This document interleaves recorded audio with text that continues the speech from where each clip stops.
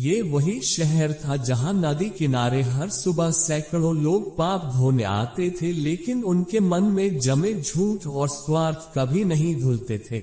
सूरज की सुनहरी किरणें पानी पर चमकती थी और लगता था जैसे सच भी चमकना चाहता है, पर उसी चमक में झूठ उससे ज्यादा तेज दिखाई देता है।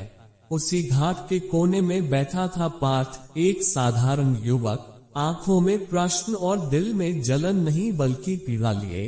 पार्थ को बचपन से सिखाया गया था कि सच सबसे बड़ा धर्म है। झूठ चाहे जितना भी सुंदर लगे वह अंत में आत्मा को खोखला कर देता है।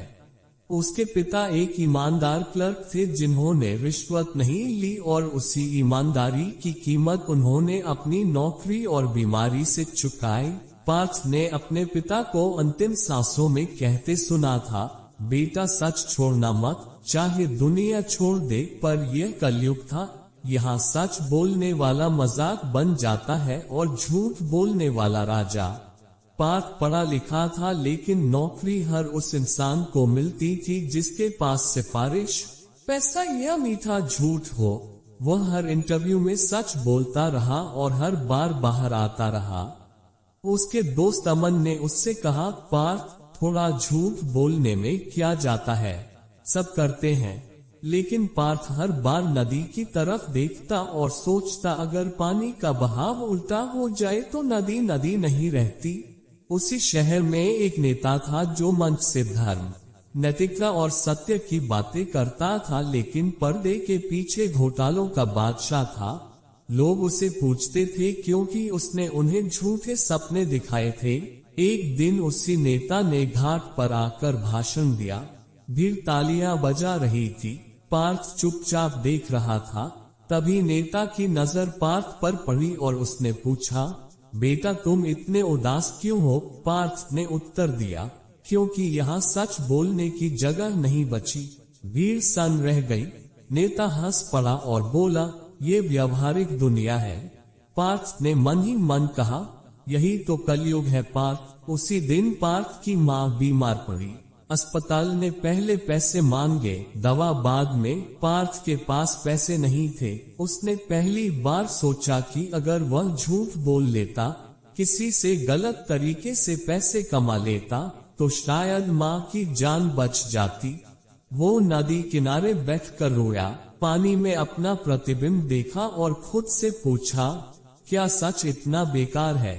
तभी एक बूढ़ा साधु उसके पास आया और बोला, बेटा सच की चमक धीरे होती है, लेकिन अंधेरे को हमेशा के लिए काट देती है। पार्थ को लगा जैसे किसी ने उसके दिल पर मरहम रख दिया हो।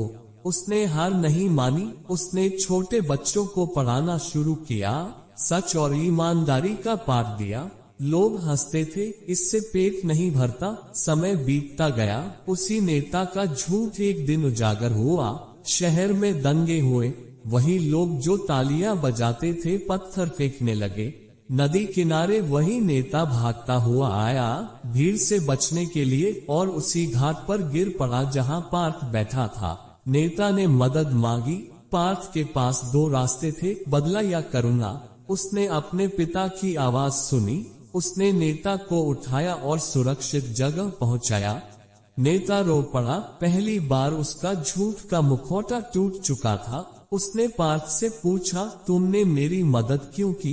पार्थ बोला, क्योंकि अगर मैं भी झूठ और नफरत चुनता तो मुझ में और आप में कोई फर्क नहीं रहता। उस दिन शहर ने पहली बार देखा कि सच कमजोर नहीं होता, बस शांत होता है। धीरे धीरे पार्थ की शिक्षा से बच्चे बड़े हुए। वही बच्चे आगे चलकर शिक्षक, डॉक्टर, अधिकारी बने। उन्होंने सच का साथ दिया। शहर बदला। नदी वही थी, लेकिन उसके किनारे सोच बदलने लगी थी।